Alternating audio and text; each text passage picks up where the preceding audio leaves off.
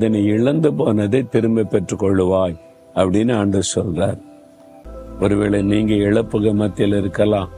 சரீர ஆரோக்கியத்தை இழந்து போய் பலவீனப்பட்டுட்டீங்களா?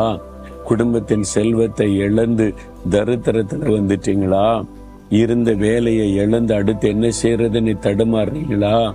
வியாபாரத்துல இழந்து கடன் பிரச்சனைகளை சிக்கி கொண்டீங்களா?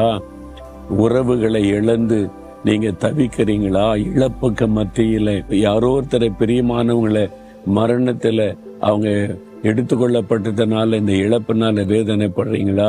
ஏதோ ஒரு காரியத்தை, உங்க செல்வத்தை, ஆரோக்கியத்தை, பொருட்களை, உறவுகளை இழந்து தவிக்கிறீங்களா? ரொம்ப வேதனை தான். இழப்பு என்பது மிகப்பெரிய வேதனை. தாவீது மிகவும் அழுதார் என்று வசனத்துல சொல்லப்படுது. உங்க வாழ்க்கையில இழந்து போன வேலையை நீங்க திரும்ப பெற்றுக் கொள்வீங்க. இழந்து போன சொத்துக்களை திரும்ப பெற்றுக் கொள்வீங்க.